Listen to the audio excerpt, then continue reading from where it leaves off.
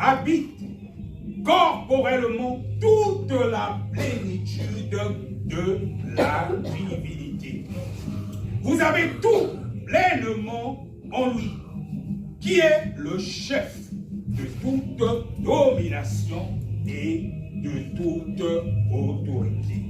Alléluia, c'est puissant. C'est puissant, mes bien-aimés. Et cela correspond bien à cette époque où beaucoup d'enfants de Dieu commencent à manger à tous les râteliers. Ils vont par-ci, par-là, ils courent maintenant après les miracles. Ils courent après ceci, oubliant que tout est dans la parole de Dieu.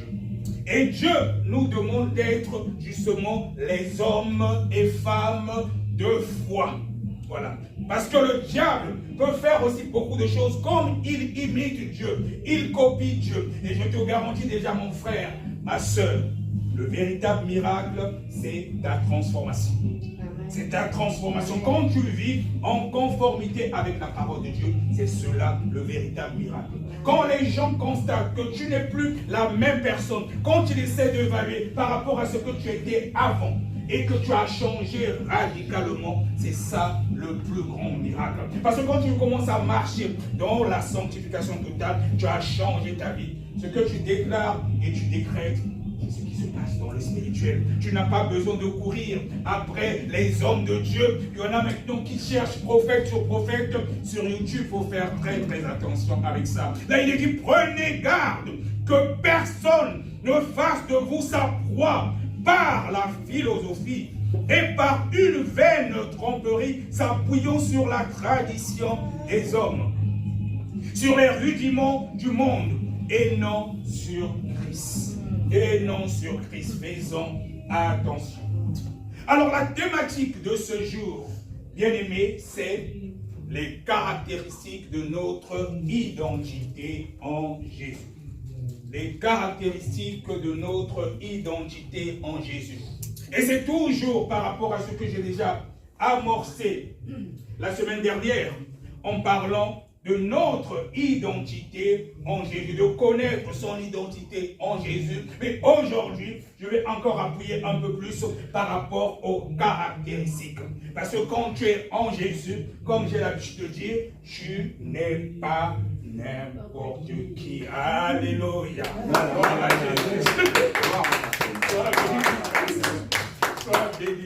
Alors, c'est quoi justement les caractéristiques? Je dis les caractéristiques de notre identité en Jésus.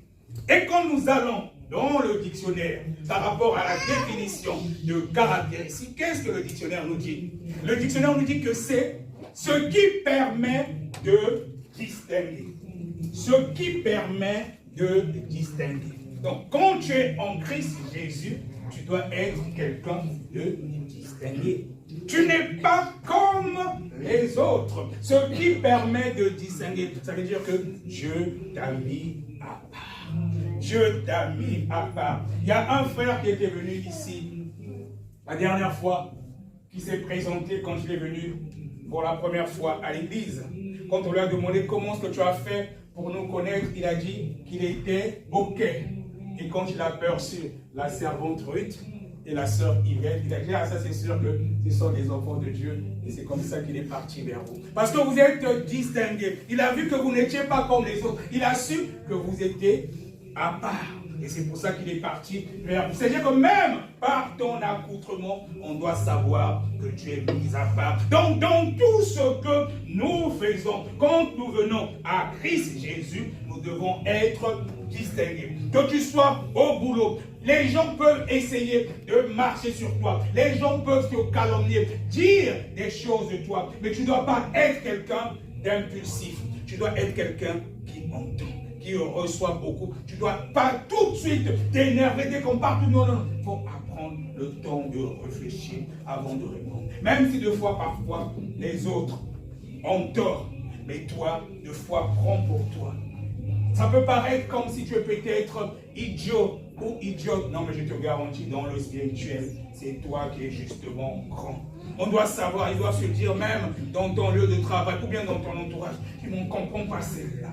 On a beau l'injurier, on a beau lui faire du mal, mais on sent que elle n'est pas comme tout le monde. Et ça va même donner envie aux gens de venir vers toi. Oui, mais on te voit qu'on dirait que tu es différent des autres. Mais qu'est-ce qui se passe? Voilà, et ton Dieu là, il faut donner en fait justement envie aux gens de devenir comme toi. Parce qu'ils vont constater que tu es quelqu'un de distingué, que tu es mis à part. Il y a une sœur qui m'a contacté en semaine. Moi, je crois que c'était la semaine dernière. Elle a des problèmes un peu particuliers avec son mari depuis qu'elle a commencé. Parce que bon, comme j'évangélise aussi beaucoup sur les réseaux sociaux, il y a des gens que je suis depuis déjà 3 ans. Et elle m'a dit qu'elle avait des problèmes avec son mari. Et depuis qu'elle a accepté cet évangile justement de sanctification, c'est compliqué à la maison. J'ai donné un conseil. Parce que le mari est arrivé même à un point même où il veut partir. J'ai dit, ma soeur, tu n'as pas à te lamenter. Dieu, il te connaît. Et c'est Dieu qui t'a appelé à lui. Et il sait ce qu'il est en train de faire dans ta vie. Et c'est toi qui vas justement sauver ton mari. Même si c'est compliqué au départ, c'est difficile. Il peut même te dire peut-être qu'il va partir. Parce qu'il te trouve maintenant bizarre. Parce que c'est souvent le langage qu'il trouve bizarre. Parce que comme il voit que tu n'es plus comme les autres femmes. Tu ne fais plus peut-être comme les autres. Donc le mari, il ne comprend pas. Il commence à te menacer. Même dire de choisir entre lui et Dieu. Ma soeur, je vais te dire, le choix est clair, c'est Dieu qu'il faut choisir. Mais pendant ce temps, tu intercèdes pour ton mari ou pour ta femme. Et Dieu, le Dieu, si c'est vraiment ton mari, si c'est vraiment ta femme, Dieu vous garantit, c'est Dieu lui-même qui va faire ton palabre, comme on dit. C'est lui-même après qui va ramener. Donc toi maintenant, pendant ce temps, quand tu es dans cette situation, je l'ai conseillé.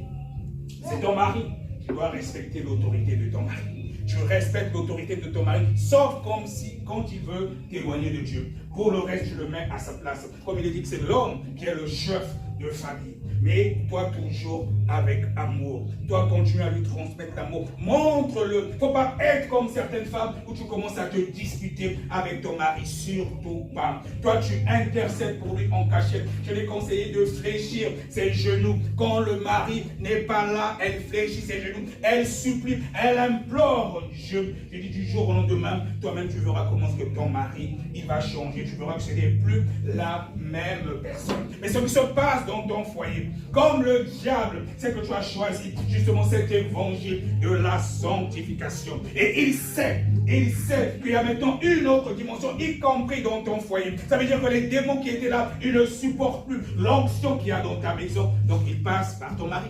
Il passe là, c'est à la porte. C'est par lui qu'ils sont en train de passer. Maintenant, cependant, ce que tu dois faire, toi, tu continues à fléchir les genoux. Ce qu'ils veulent, c'est quoi? Ils veulent que toi, tu t'énerves. Or, si tu es énervé contre ton mari, tu ne pourras plus prier pour lui. Et donc, ça veut dire que s'il y avait une flèche qui voulait lancer, ils vont atteindre ton mari. Mais toi, du moment que tu gardes, tu restes ferme, même s'il t'injurie, même s'il veut peut-être même te frapper, toi, tu continues, toi, tu ne le touches pas. Tu pries pour lui, tu restes à ta place de pas, mais tu fléchis les genoux. Que tu donnes à ton mari l'envie de suivre le Dieu que tu as choisi. C'est comme ça que nous devons nous comporter. Donner envie aux gens, de ne pas être comme les autres. Après, lui-même, au bout d'un certain moment, il va se dire, mais j'ai essayé de faire ceci, j'ai essayé de faire cela. Mais non, je suis persuadé que c'est elle, ma femme. Elle a choisi le bon choix. Et lui-même, il va choisir ton Dieu. Il va te dire maintenant, mais chérie, montre-moi un peu ton Dieu là, parce que je ne comprends pas. Tout ce que je fais tout pour t'énerver. Mais tu es toujours là, gentil avec moi. Tu es serviable. Il finira par suivre ton Dieu. Mais ce n'est pas dans l'affrontement. Tu ne peux pas combattre le diable avec les mêmes armes que lui. Pendant que quelqu'un vient avec la violence, toi, tu lui transmets l'amour. C'est le plus grand commandement. C'est le commandement justement que le Seigneur Jésus-Christ nous a donné d'aimer son prochain comme soi-même. Donc tu ne peux pas combattre le diable avec les mêmes éléments. Si ta femme a tel comportement, si elle fait tout pour t'énerver, toi ne rentre pas sur ce terrain-là. Toi tu restes tel que tu es, tu restes amour et tu verras au temps opportun Dieu lui-même. C'est parce que Dieu il est juste. Il est juste, il est juste. La persécution, les épreuves, ça ne peut pas durer éternellement. Toi, tu dis, Seigneur Jésus-Christ, je viens à toi tel que je suis. Je suis fatigué et chargé. Tu dis, Seigneur, je regarde à toi. Lui-même, même quand, justement, c'est lorsque quand nous arrivons au bout, quand tu dis, Seigneur, je n'en peux plus. Et c'est là, justement, que le surnaturel commence. Pendant que toi, tu arrives à bout, c'est là que le miracle de Jésus commence. Pendant que toi, tu es fatigué. Mais surtout, ne te lamente pas.